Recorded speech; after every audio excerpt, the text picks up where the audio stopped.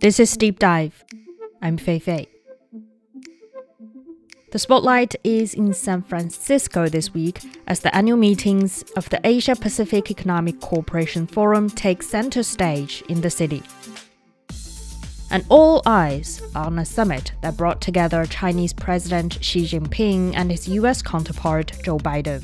习近平主席是应拜登总统邀请 At the invitation of President Joe Biden, President Xi Jinping traveled to San Francisco for a China-US summit meeting and the APEC economic leaders. Chinese Foreign Minister Wang Yi briefed the press after the summit, describing the first face-to-face meeting between the two leaders in a year as strategic and historic. 刚刚两国元首在 Just now, the two presidents had a very good, comprehensive, and in-depth meeting at the Filali estate. It's Xi Jinping's first trip to the country in 6 years as the Chinese president. Against the backdrop of strained China-US relations over the years, with the apparent rise in rivalry, President Xi called for managing differences and advancing dialogues. 我还是那个看法。 I'm still of the view that major country competition is not the prevailing trend of current times and cannot solve the problems facing China and the United States or the world at large. For more on the summit and its significance within the APEC forum, I spoke with CGTN America journalist Mark Niu, who's in San Francisco reporting on the event. This episode is brought to you on Friday, November the 17th, Beijing time.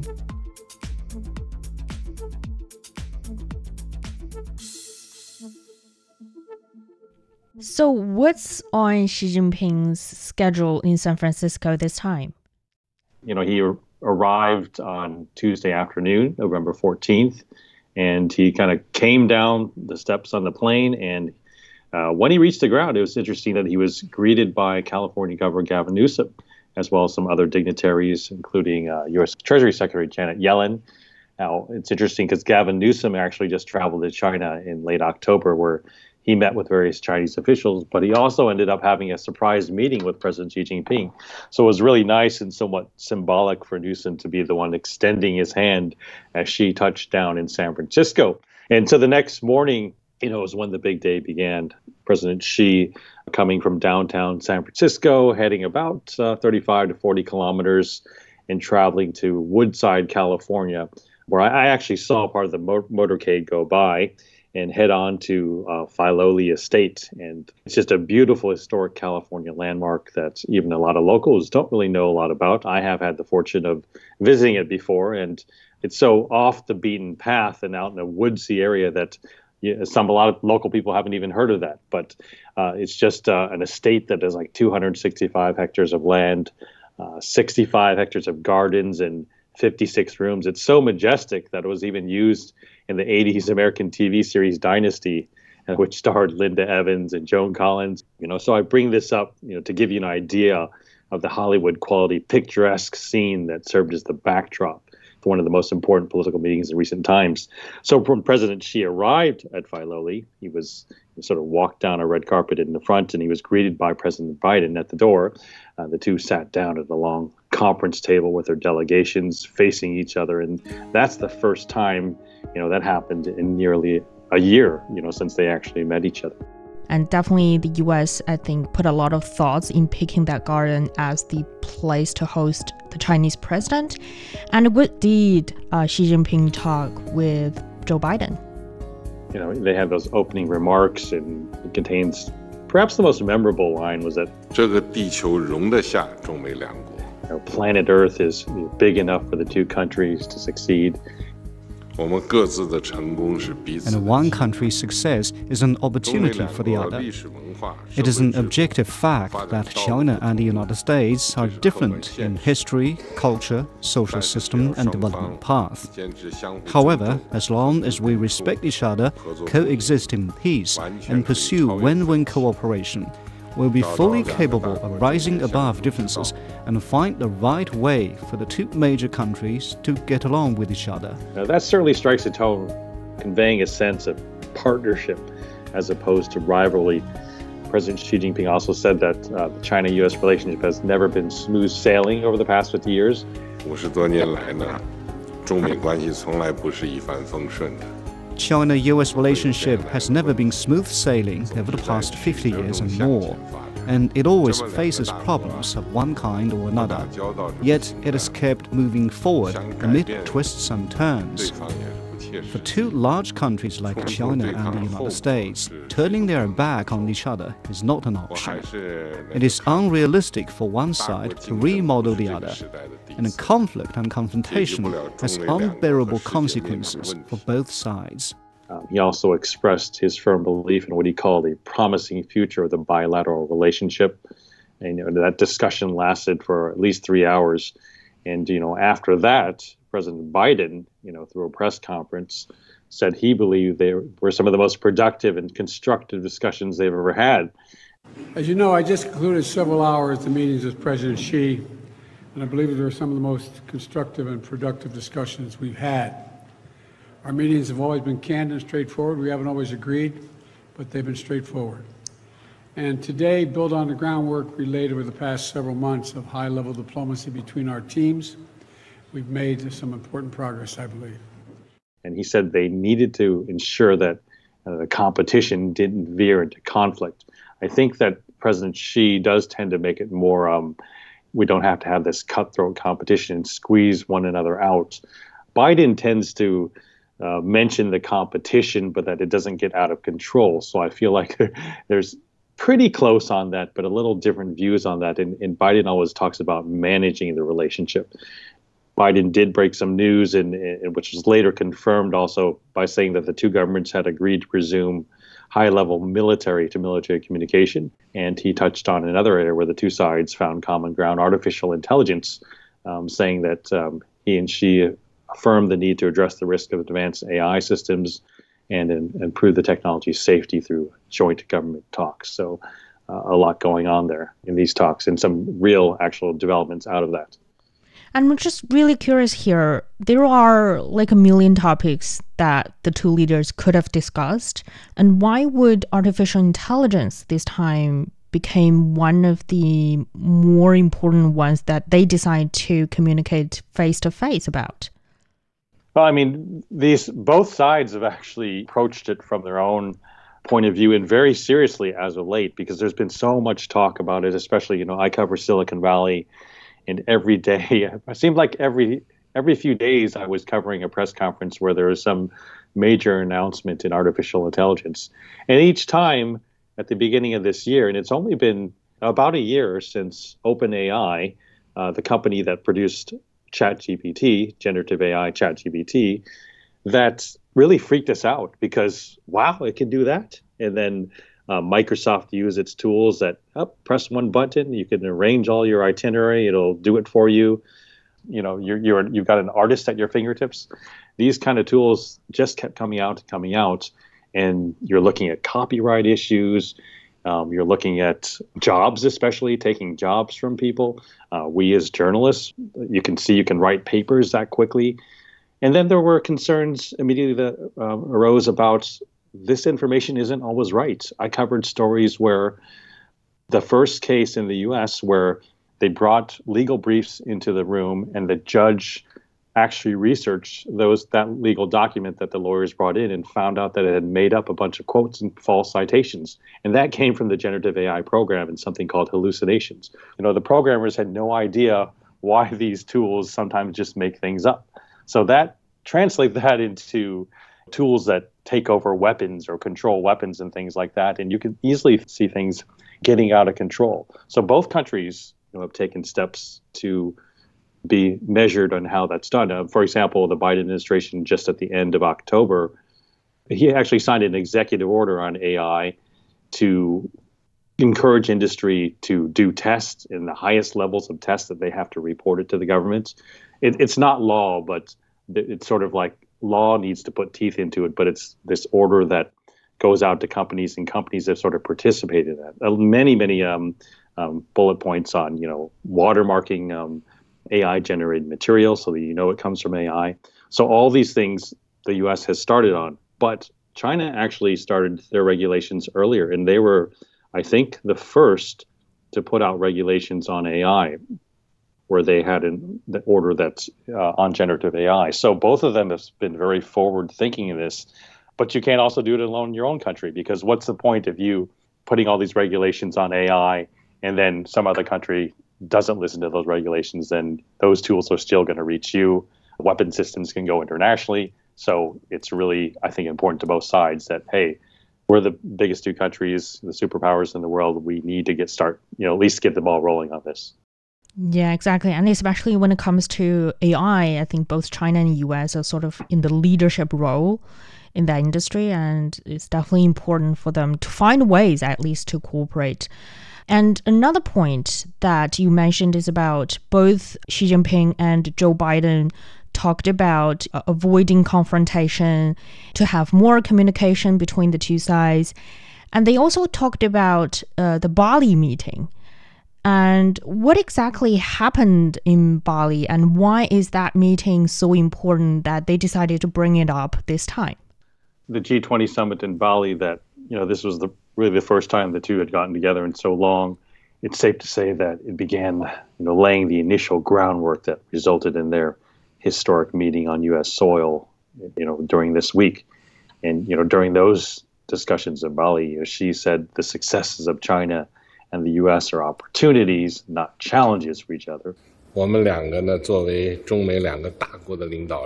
As leaders of two major countries, we need to chart the right course for the China-US relationship. We need to find the right direction for the bilateral relationship going forward and elevate the relationship. I think that really laid the groundwork, and he expounded on the idea of competition, saying there's always competition in the world, but competition should be about learning from each other to become one's better self and make progress together, and not about taking others down in a zero-sum game. And out of Bali, President Biden came out, with the meeting, underscoring, how they need to work on climate change, global macroeconomic stability, debt relief, health security, and global food security, because that's what the world expects. Those are, sort of high-level concepts and issues that they discuss. But from that meeting in Bali, the ball got rolling on U.S. officials visiting China. And during that meeting, the two leaders agreed that Secretary of State Blinken would visit China to follow up on the discussion. So it really did pave the way for that string of negotiations that led up to their meeting in APEC. Before Xi Jinping's trip actually happened, and there have been a lot of speculations internationally about, was he going to San Francisco or was he not? Who was he going to meet there? And apparently there have been a lot of steps paving the ways for the summit between the Chinese president and the US president. And what exactly are the steps after Bali that's been taken by both sides so that to make this summit today in San Francisco, really happening? So that meeting, or that visit by Secretary of State Antony Blinken that was talked about in Bali did actually happen, where he visited Beijing in June, and he ended up meeting with President Xi on October 27th. U.S. Secretary of State Antony Blinken's visit to China is the first. U.S. Treasury Secretary Janet Yellen. U.S. Climate Envoy John Kerry has arrived in Beijing. It's a pretty packed schedule for Gina Raimondo during her Foreign Minister Wang Yi and U.S. President Joe Biden have called for communication channels to be kept open after their meeting at the White House. Chinese Foreign Minister Wang Yi visited the White House, where he met with President Biden. Janet Yellen, Treasury Secretary, also visited China in the days just leading up to APEC, or Thursday, Friday, that she met with Vice Premier He Lifeng. And he also invited her to come to China again. And she said, I look forward to going there next year.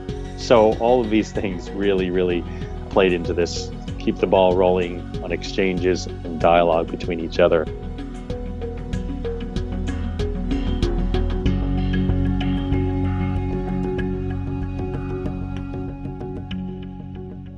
In fact, looking back throughout this year, a number of U.S. business people have actually traveled to China themselves, like Tim Cook, Bill Gates, or Elon Musk, just to name a few. So is the business community passionate about Xi's visit this time to the U.S.?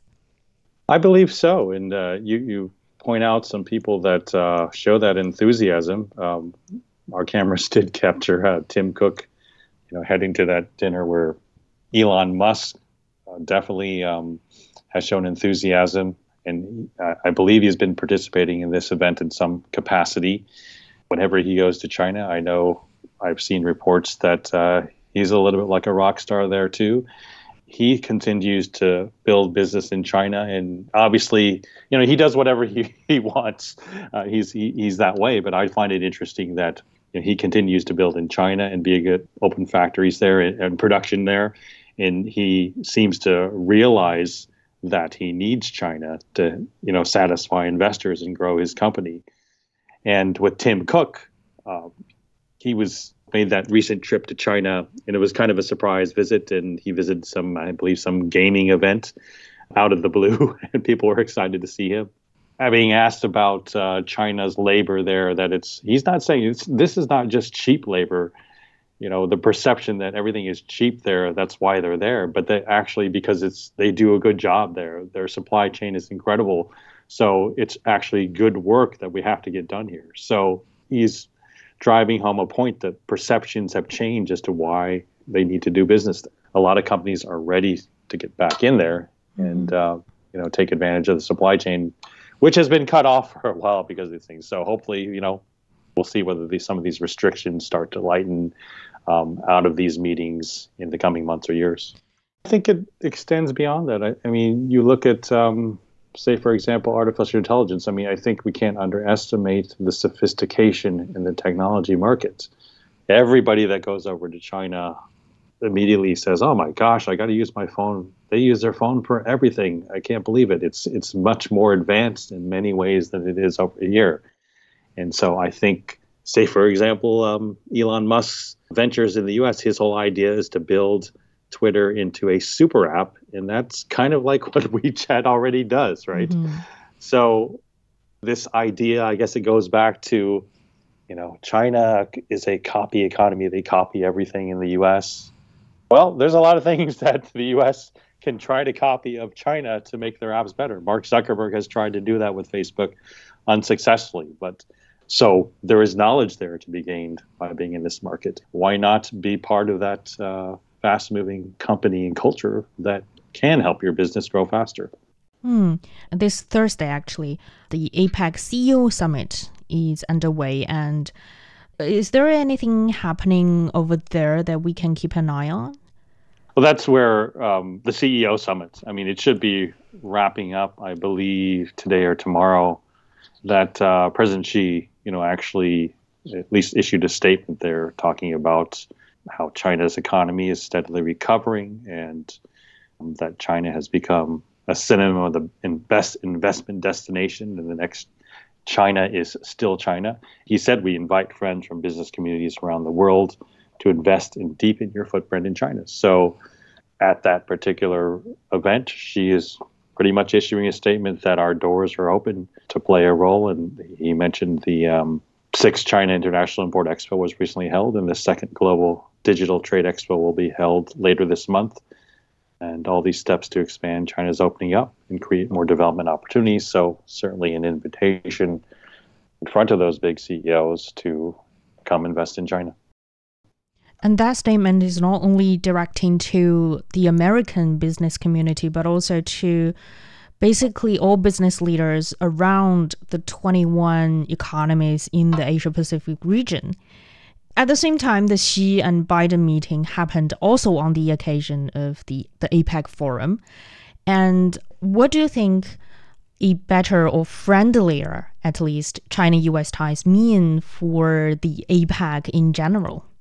I talked with some journalists from different countries around the world. I think I talked to journalists from Spain and Papua New Guinea, and they too agreed that, probably one of the biggest things is to watch the Xi-Biden bilateral. And it does mean so much to their countries because the two biggest countries are not getting along with each other. It's not good for them. So they flat out said that they're watching it and hoping that things go well, that helps filter on down to the rest of the economies. And it's not just the U.S. I mean, Xi has used the opportunity. I know today he met with leaders from Fiji, Peru, and Mexico.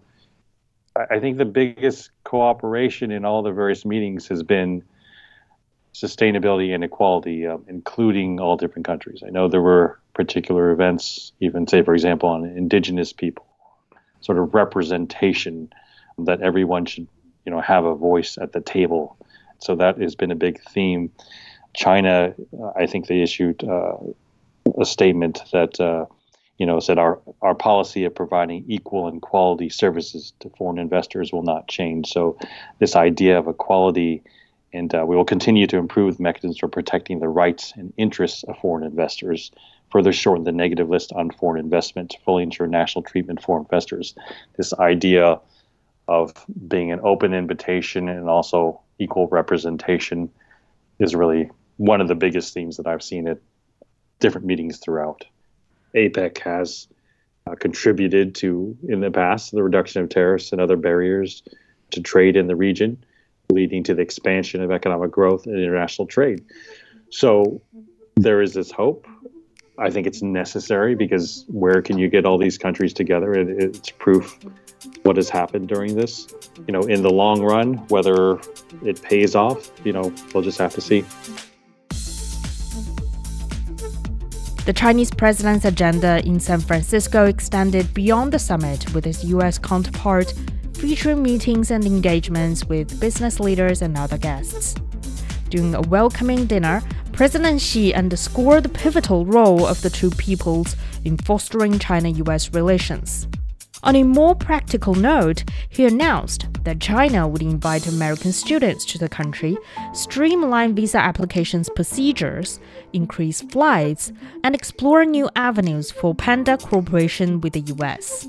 On Thursday, President Xi also held bilateral meetings with several leaders attending the APEC meetings, including Japanese Prime Minister Fumio Kishida and Mexican President Andrés Manuel López Obrador.